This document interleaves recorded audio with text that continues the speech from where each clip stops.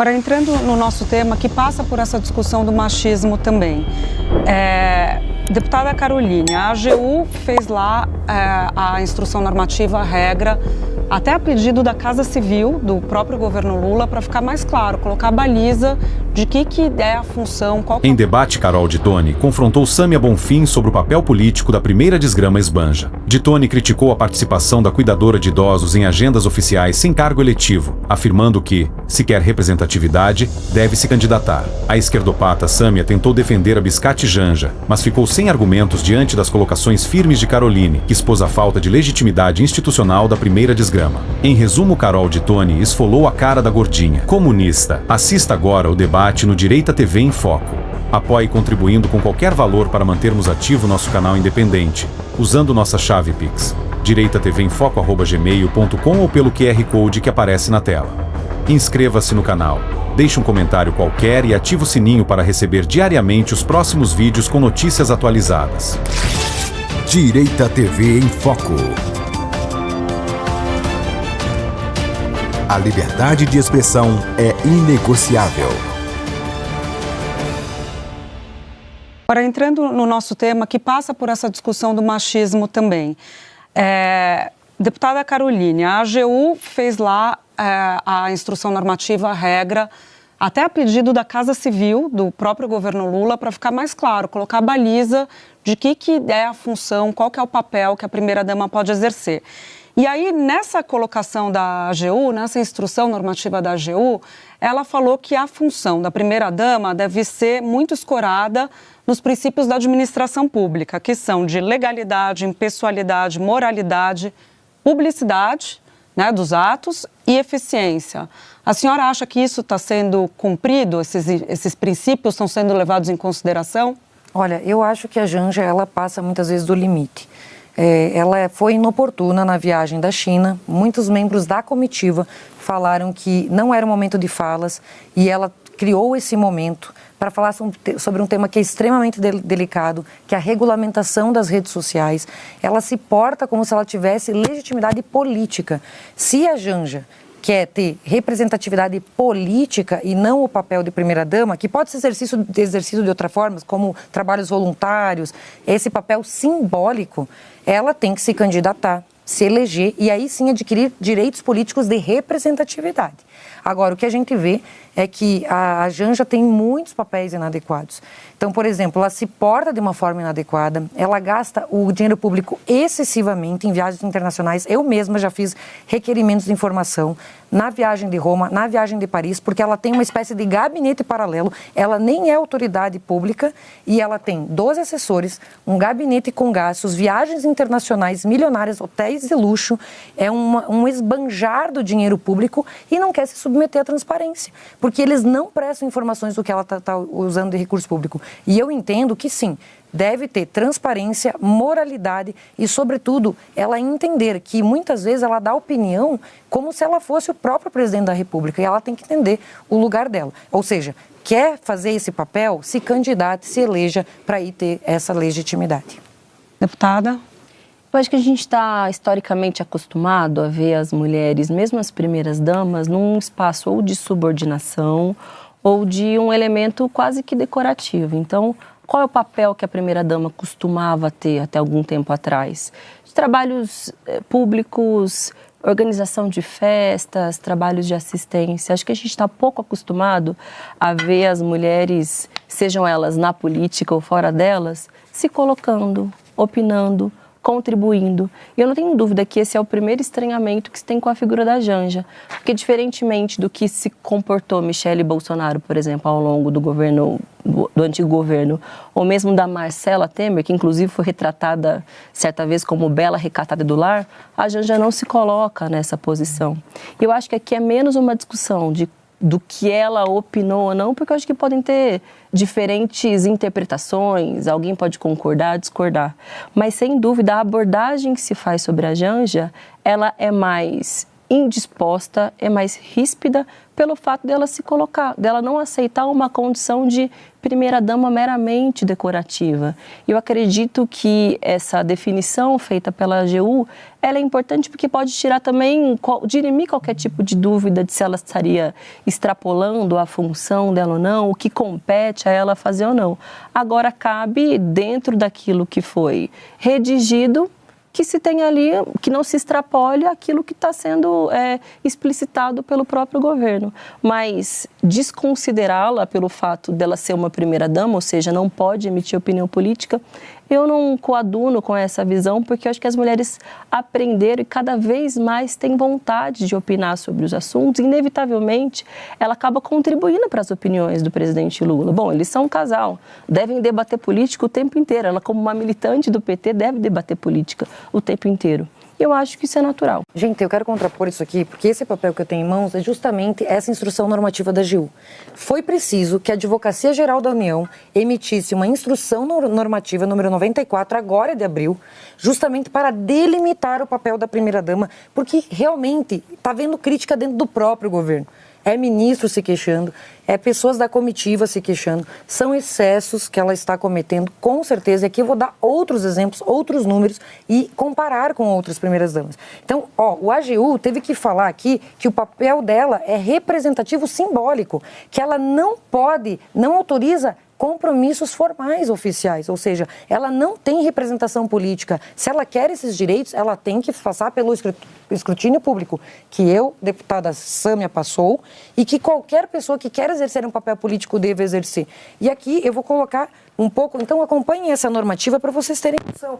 E eu vou colocar aqui dados oficiais. Se você, por exemplo, for pegar o programa que ela lançou, a Aliança Global contra a Fome e a Pobreza.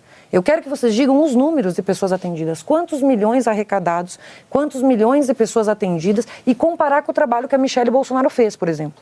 A Michele Bolsonaro fez o programa Pátria Voluntária. Eu tenho aqui o programa Pátria Voluntária. São 300 folhas de prestação de contas. Foram 4 milhões de pessoas atendidas, 10 milhões de reais de dinheiro privado destinados a pessoas carentes, mais de 20 mil toneladas de alimentos destinados, ou seja, e distribuídos. Então, eu queria saber o que a Janja tem feito, além de utilizar esse programa da Aliança Global contra a Fome e a Pobreza como justificativa para fazer viagens internacionais com uma equipe gigante, com um gabinete paralelo, que isso nem tem previsão legal, isso fere a moralidade, isso fere os princípios da administração pública, para ficar em hotel de luxo fazendo gastança. E vou dar um exemplo. Pega o Palácio da Alvorada. Quando você fala em Palácio da Alvorada, Michele Bolsonaro, o que me faz lembrar? Ela fazia eventos para receber crianças carentes, para receber mulheres, mães solos de pessoas portadoras de deficiência, e fazia eventos para aqueles que mais precisam, para os invisíveis. E agora, quando você pega Janja e Alvorada, que notícias que você tem? É querendo colocar com reformas imóveis de luxo. Já se gastou, gente, no Palácio da Alvorada 26 milhões de reais. Isso, inclusive, fere a lei de licitações. Se você pegar o artigo 20 da lei de licitações, diz lá que é proibido gastar o dinheiro público com itens de luxo. O que o Lula fez para atender os caprichos da Janja, com todo respeito? Sou mulher e tenho local de fala para falar.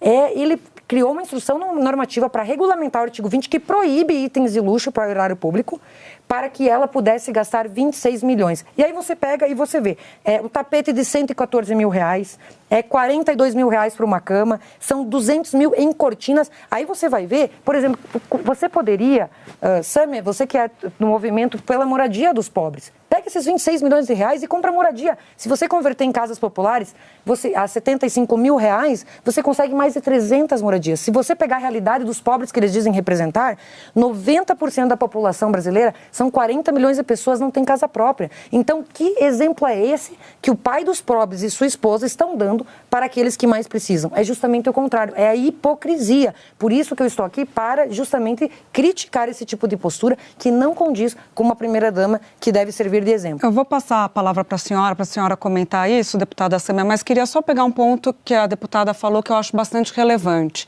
que é entender o papel atual da primeira-dama, porque não existe uma dose de machismo na avaliação da senhora, ou até um olhar mais antigo do que se espera de uma mulher do lado de um presidente da República. Ela não deve falar sobre a política, ela não deve agir dessa maneira.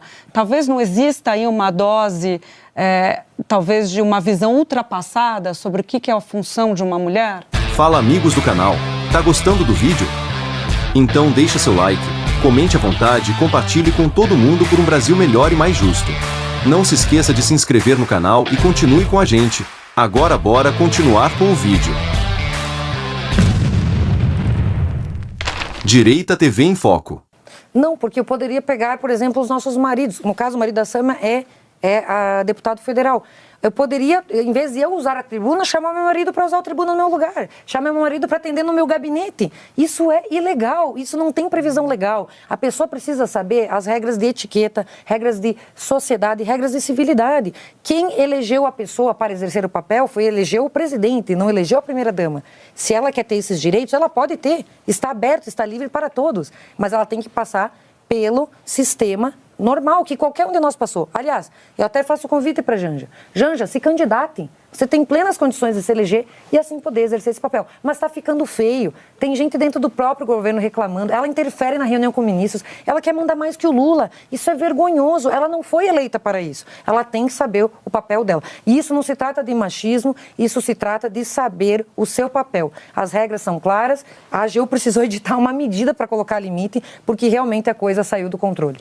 Quero ouvir a senhora, então, sobre isso, sobre os dados que ela apresenta de gastos e também colocar essa questão do machismo, porque muita gente interpreta que no caso em tela, no caso concreto da viagem para a China, não seria um episódio de machismo, seria um episódio de o que ela falou, se ajuda ou não o Brasil naquele momento, não é o fato dela falar.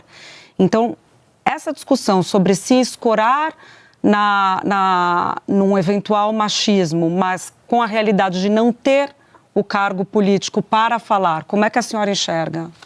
Bom, primeiro que eu discordo de que a primeira-dama ou esposas de presidentes ou de políticos devam se conter a um papel que é meramente decorativo. Eu não acredito que a AGU tenha feito essa normatização para reprimir a Janja. Pelo contrário, é justamente para evitar que se tenha questionamentos sobre o que se pode e o que não se pode fazer, que é o que a oposição faz de forma constante. E eu vejo uma contradição forte nesse questionamento à Janja, porque é tão evidente que hoje, por exemplo, o PL do Jair Bolsonaro busca catapultar a figura da Michelle, muito provavelmente como um novo nome presidenciável. A gente sabe que essa discussão vem sendo feita. Então, sim, acreditam no ativo político e na capacidade que uma mulher pode ter socialmente. Não seria ela, muito possivelmente, uma nova candidata se ela não tivesse tido o papel de destaque que teve junto com o Bolsonaro. Então é absolutamente contraditório, ou seja, a Janja não pode participar politicamente. Mas por que raios a Michelle Bolsonaro poderia? E eu queria lembrar a deputada que citou algumas manchetes, mas tiveram manchetes importantíssimas sobre a Michelle Bolsonaro que a deputada se esqueceu. Por exemplo, quando ela foi identificada como quem recebia os cheques da rachadinha do gabinete do Flávio Bolsonaro. Ou então, quando o Mauro Cid sacava dinheiro na boca do caixa para pagar o cartão, os gastos esbanjados da senhora Michelle Bolsonaro. Ou mesmo quando ela se silenciou, porque poderia ter feito uma reprimenda pública às declarações do Bolsonaro, quando ele criticou, chamou a esposa do ex-presidente da França, Macron, de feia, ou quando ele tratou das meninas venezuelanas aqui em Brasília como se fosse, pintou um clima.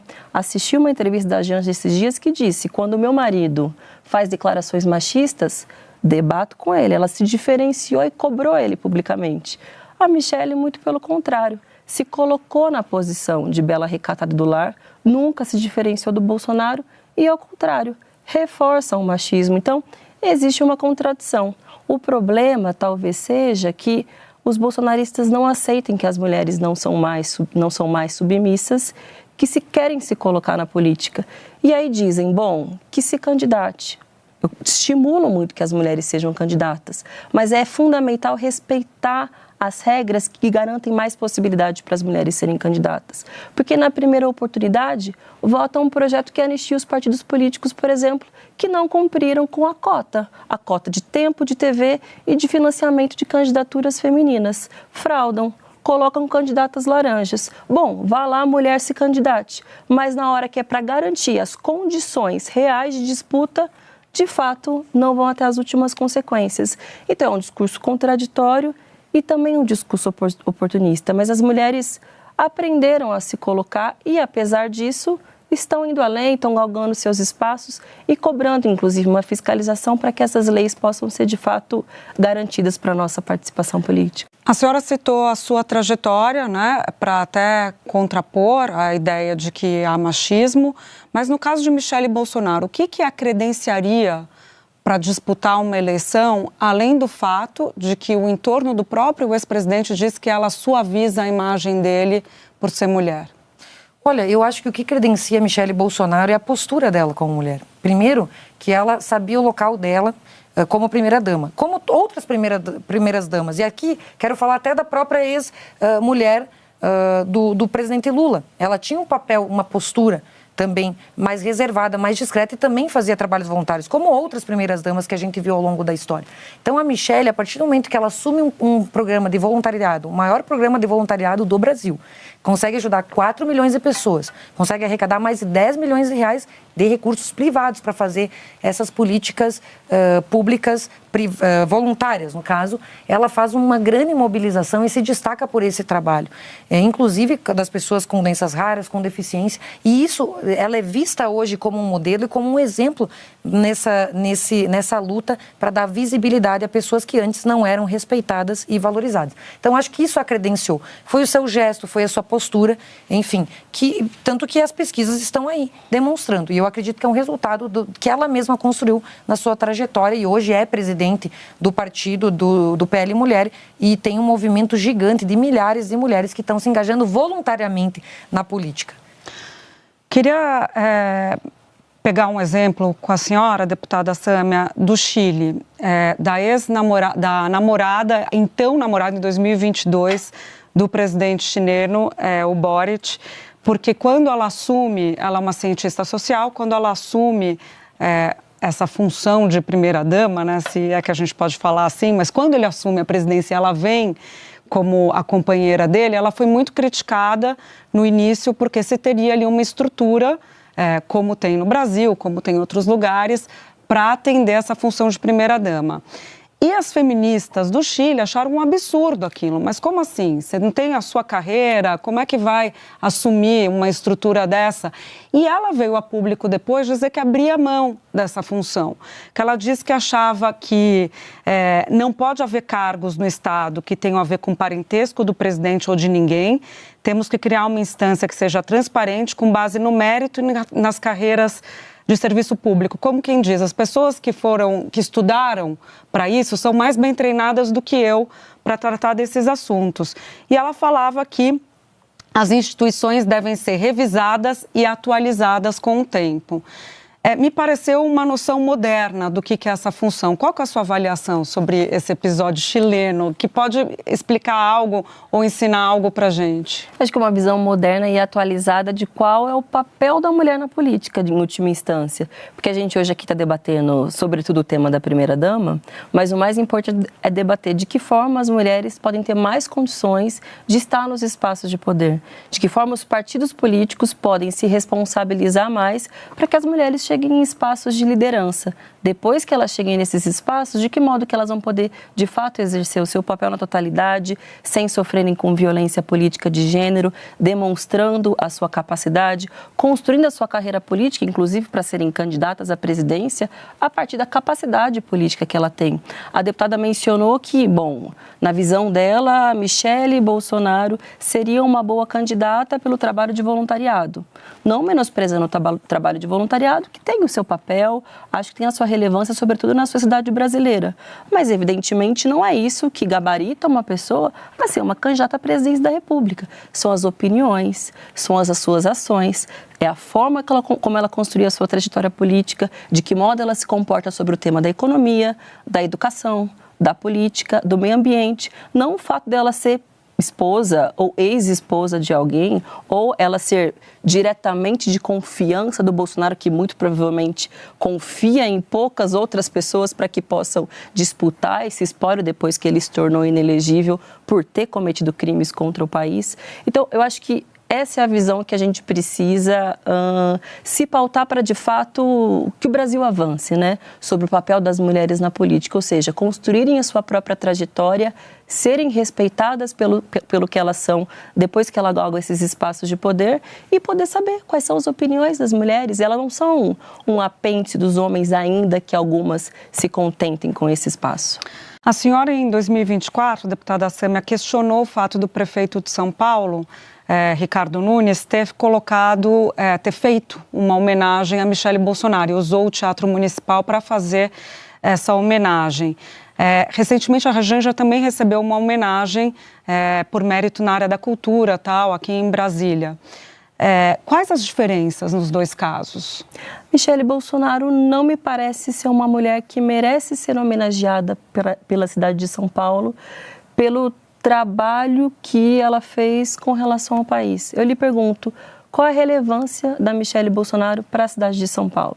Ela não é de lá, ela não se compromete com os direitos da população e, claramente, aquilo se tratava de um palanque, uma forma dele se aproximar do público, do eleitorado bolsonarista, e ali havia uma crítica também sobre a utilização de um espaço público pelo prefeito da cidade para homenagear alguém num tipo de atividade que não era propícia para um espaço como o Teatro Municipal, que a própria legislação da cidade e do teatro não autoriza o espaço para esse tipo de atividade. Pois então eu vou entregar aqui o relatório das mais de 300 páginas, onde consta todo o trabalho voluntariado para as 4 milhões de pessoas atendidas e mais aqui, só no estado de São Paulo, com o Pátria Voluntária, foram 510 mil pessoas atendidas. Então, só pelo fato de 500 mil de pessoas de São Paulo terem sido beneficiadas pelo programa Pátria Voluntária da Michele Bolsonaro, acho que ela merece essa comenda. E vou já entregar para a Sâmia esse relatório, deputada Sâmia. Se quiser até sugerir para a Janja dar uma olhada, eu acho que pode... é uma sugestão até para dar uma olhada, para que o Aliança contra a Fome e a Miséria tenha realmente resultados concretos. Porque eu vou dizer para vocês, o que eu falei aqui não é nenhuma defesa a Michele Bolsonaro, são dados de pesquisas, fatos reais que estão surgindo nas pesquisas de opinião popular. Não é uma opinião da Caroline. O fato é que institutos de pesquisa hoje, uma vez caso que o nosso candidato é o presidente Bolsonaro, mas uma vez continuada a inelegibilidade dele até o último momento, espontaneamente ela tem surgido como um nome. E aí, a deputada Sâmia desqualificou ela por causa da formação, porque não tem entendimento em várias áreas, porque qual é a formação dela, etc. Mas o próprio Lula é um líder carismático da esquerda que também é exaltado pela população. E a Michele tem esse carisma e ela está sendo exaltada e está despontando nas pesquisas. Então, o que eu falei aqui com relação a Michele Bolsonaro não é nem a minha opinião pessoal. Acho que ela é gabaritada assim, conheço ela, é um ser humano ímpar, espetacular, tem plenas condições de fazer uma equipe técnica como o Bolsonaro fez para botar o país nos trilhos, mas independente da minha opinião pessoal, as pesquisas estão apontando ela como favorita. Então é muito importante a gente falar que a opinião do povo está aí e foram dados esses que eu trouxe. Não esqueça de curtir, se inscrever no canal e compartilhar nossos conteúdos nas suas redes sociais.